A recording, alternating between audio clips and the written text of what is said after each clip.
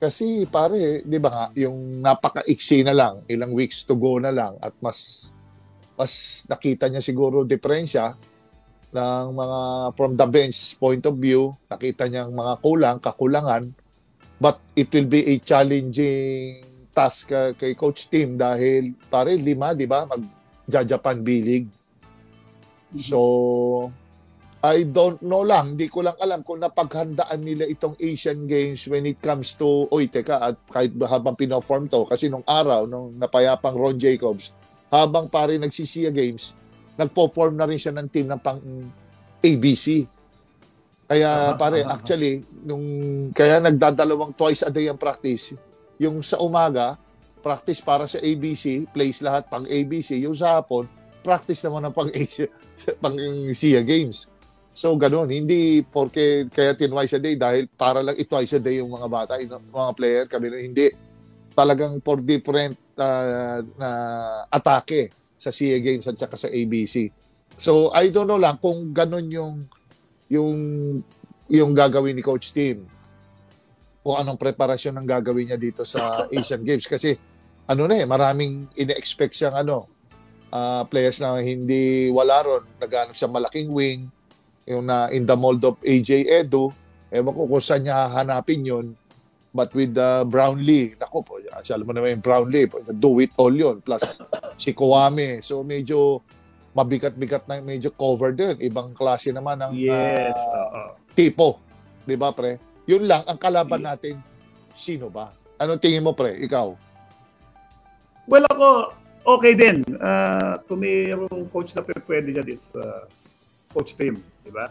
Although may mga nabanggit before na pwede rin, pero siguro talagang ito si Coach Tim at talagang kasi naging assistant siya dyan eh. So alam na niya ang takbo niyang team na yan eh. May konting changes lang naman na mangyayari.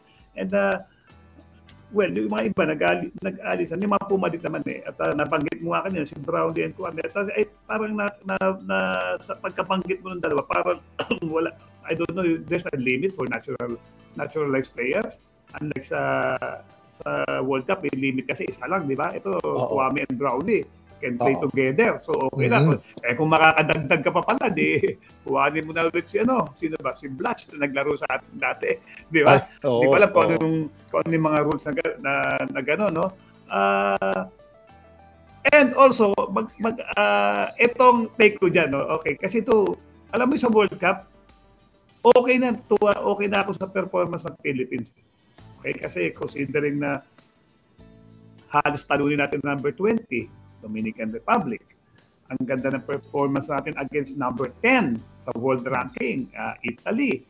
Okay, kay Angola, breaks of the game, may run tayo, napabayaan natin, biglang may run yung Angola, hindi tayo nakapag-convert lang na, pero may tayo, open look yun, hindi pilit yun, yung mga nag-miss lang tayo. So maganda yung we won against China. Okay, so tingnan ko, parang okay, maganda naman kasi considering this is a World Cup, buong mundo to. Totoo. Okay. Ngayon ito, Asian countries. Okay, so ang pressure dito, parang, mukhang mas madali ang laban. Hindi naman sasabing madali, pero sabihin, compared to the World Cup, di ba? Kaya na talagang world power sa basketball ang mga nagpantahan na dyan, di ba? Ito, kahit paano, kalugar natin, kahit paano, seeded tayo ng konti rito. And we're allowed to fill in naturalized players. Hindi ko alam kung may limit hanggang saan. Malaking tulong itong Brownlee and Kwame. These are parang mga imports. Ang gagaling nito, lalo na. At yung dalawang yan, mga team players yan. Okay? Kung ano yung system, sunod talaga yan. Kasi ito kasi itong mga players na ito kasi mga role players na parang kung gusto mong umiscreen yan. Kung gusto mong shoot yan.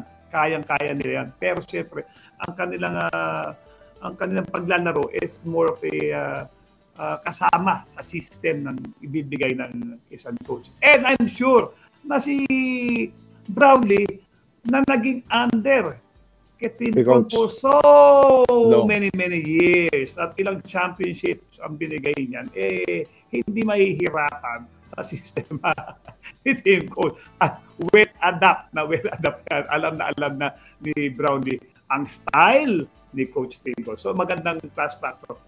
Kaya kahit ganito lang ang preparasyon, yung 2 weeks na lang yata pare, September 23 2 weeks. Less than, no? So, short, no? Pero yung mga players naman, alam na yung style niya. Especially yung mga bagong darating. Si Brownlee. Yan ang importante. Si Brownlee. Alam niya yung style ni Team Cole. So, hindi na mahihirapan to. And I just hope na I'm positive na maganda magiging performance ng ating Gilas din dito sa Asian Games. They will build on it. Okay, yung naging performance nila sa World Cup, they will build on it. Pagdating doon, okay, mas tataas pa ang performance ng ating Gilas Philippines. At tayo naman nandito, mga netizen, dahil mahilig tayo mag-basketball, basketball aficionado tayo, supportahan natin kung ano may lineup na yan, okay? Kung meron kayo nakikitang player na dapat nandun, hindi napunta, okay lang yun kasi call po ng coach yan. Bigay po natin yung freedom ng coach na siya magbuo ng lineup at dati tayo mag-support at gagawin naman talaga nila lahat para magbigay karangalan sa ating bansa.